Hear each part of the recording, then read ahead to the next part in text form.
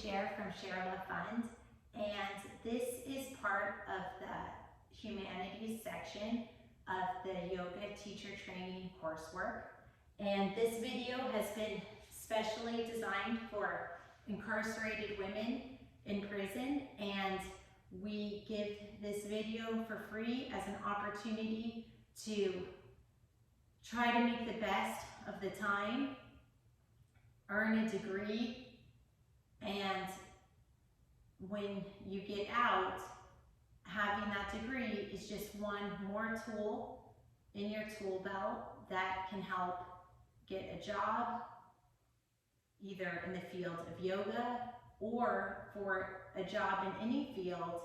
Having had that experience earning a yoga teacher training degree can help make it more appealing for a potential employer. So we're going to work from our course manual, and in the Yoga Humanities section, this is part 3 of going through the Yoga Humanities section. On this current edition that I have, it's page 136, and it's the Yoga Philosophy section. So for Yoga Philosophy, it's broken down in terms of the 8 limbs of yoga. And so for these 8 limbs, it's thought of as some limbs being external and some internal. And when we say limbs, we can think of it as branches of a tree. So for the external limbs, those are yamas and niyamas, asana and pranayama. So when we look at that, we're thinking about our movement and our breath and how we interact with the world, and principles of truth and nonviolence. The remaining 4 limbs are internal. We can think of it as internal, these branches of yoga, and they're pratyahara, dharana, please excuse my pronunciation, dhyarana, and samadhi. And these are more internal ideas of purity and contentment, self-study, self-discipline, like ideas of sort of drawing you in and centering you and making you strong inside. So now let's go through these 8 limbs in more detail. So the first limb is Yama, and Yamas are the ethical disciplines. So Yama is a way to think of abstinence or regulation. And I just want to say, in teaching this, I'm not trying to impose ideas into anyone. This is a requirement for the Yoga Alliance teacher training credential. And as a yoga teacher, it's important to understand the history and the origins of yoga. Whether you personally choose to practice it or adopt it is irrelevant in your decision. You don't have to personally adopt any of these things to earn a yoga teaching degree. For example, if you earned a degree in medieval history, you wouldn't need to dress up in medieval clothes and ride on a horse. No, you could just study medieval history, understand medieval history, and be able to teach medieval history to someone else. You don't need to like it, you don't need to believe in it, and you don't even need to practice it. I do find that yoga has helped me personally, and I think that there are some things that we'll learn that you may find helpful to practice in your life, but that is entirely your decision. So when we are studying these 8 limbs now, we are just studying them to brush up on our analytic skills, our critical thinking skills, our reading, and our comprehension. And it's an academic exercise and it is certainly not a religious exercise. So this is just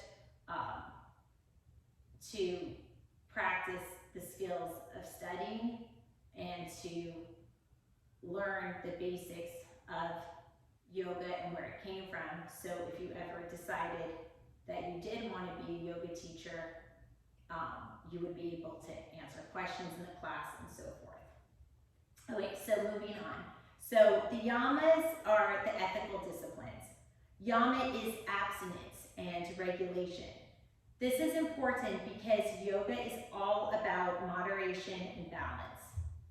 Yamas also consist of non-violence, truthfulness, and non-stealing, non-greed. So this yama is broken down into many different parts. So one part is non-violence. It's hard for me to say the words. I think it's Ahimsa. It's in your manual. And it's the principle of non-violence. This is important because the sutras provide that when violence is met by non-violence, then the violence ceases. Yoga is a peaceful practice. So let's take a moment to think about this. And again, you can agree or disagree. This is critical thinking. But the concept that we are critically thinking about is this concept of yoga philosophy, which talks about the 8 limbs of yoga, and the first limb is the yamas, and that's the ethics of yoga, and the first part of this yama is the concept of non-violence, and what our yoga text here says is that yoga is a peaceful practice, and yoga centers on the idea that when violence is met by non-violence, is met by peace, then it calms the violence, and that the violence subsides.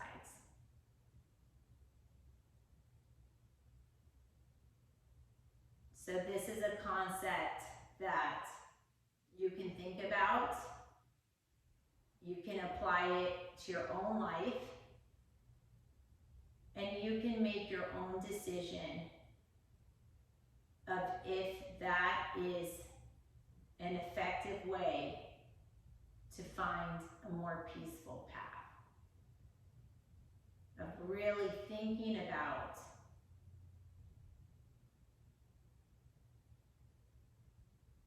what if I don't react? What if I stay calm? What if I let that violent energy dissipate and I don't feed it, and I certainly don't get myself riled up? Will it then just go away? And that's something you can explore. The next part of the yama is Satya, truthfulness.